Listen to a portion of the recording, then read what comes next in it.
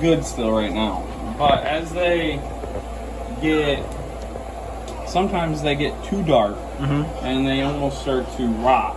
And then you'll start seeing fungus gnats flying around them.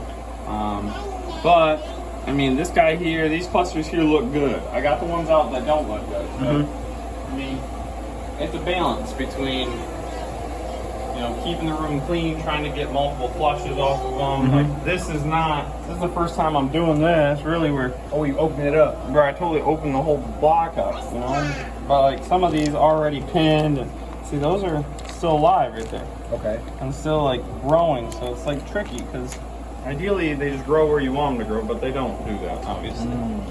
And so Because when you take the block off, even though it's humid in here, what happens is this loses a lot of moisture. When you have the plastic wrapped around the whole block, it keeps that moisture in there, and then it just exposes the pins. But when it pins all over, ideally you just like cut a slit, and then it just comes right out that one slit, and so it doesn't, you know, respire all that moisture that's in the block. Because then it shrinks up your total. And so you only been experiencing it with certain types of mushrooms that they've been pinning in different places? Yeah, for the POs and the chestnuts. Okay. But everything else, the blues, the whites, lion's mane. I mean, these lion's mane are all on point for the most part. Yeah, they look amazing. You know? So, yeah.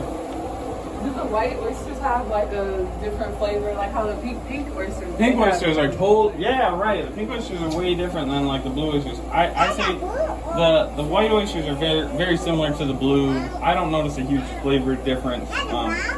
It's really that pink that we're gonna keep going with the pink. You know, the pink's doing good. We got one nice flush over there. We ate them the ones you hooked us up with. Okay. Fire. My new favorite mushroom. Yeah. Okay. Right on. So we're gonna keep going with those. I got. They like the black bags. They well, that's a clear bag right there, but they grow in either. But so 17 is our. Is this to keep the light out? Yeah, to keep the light out because the light can initiate the pinning. So sometimes that light can cause that pinning, and where Thomas colonizes them, he's got to have light to see them, so he doesn't keep them in complete darkness. Most of the varieties don't mind that, but the light can trigger some certain varieties. But it's a mix of the light and the CO, like the oxygen. So when you have like we monitor it over here where we got it on the fan that it kicks. So we keep it at 650 ppm CO2. So if it gets higher than that, I think once it gets to like 750, it kicks the fan on and starts pulling all that CO2 out. Because the mushrooms want lots of fresh air, lots of fresh oxygen. So you got to really monitor that, and that can be a trigger for pinning and just overall growth for all of them. What are these? These are all the shiitakes. Oh, these shiitakes? Okay. Shiitakes. They're a little darker than I like. These have been tricky too, getting them to pin wholly on a block. So you have this really holy one, but like this one's really covered. Yeah, if you get sometimes you can get a whole block, but the whole thing, you can't even see this substrate. It's just mushrooms, and you'll get, but that does give you smaller mushrooms. It's nice to have mushrooms this size. Yeah. But, you know, it can affect your, it does affect your yield. I mean, you can get, this would be like 2 pounds, where this I'll get a pound off of maybe. So it really. I got the down one. But, I got the down one. so when we harvest them, I, you know, use snip, scissors.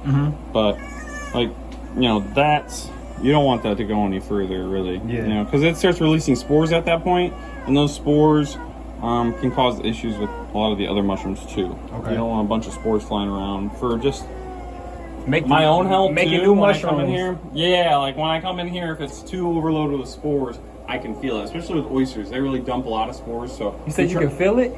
Like you can smell it, and you can like breathe. It's heavy. It's dense. Like, and you can see if you pick some mushrooms and put them in the box and you take them out in the light, you'll see all the spores just like coming off them. You know. Okay, that's crazy.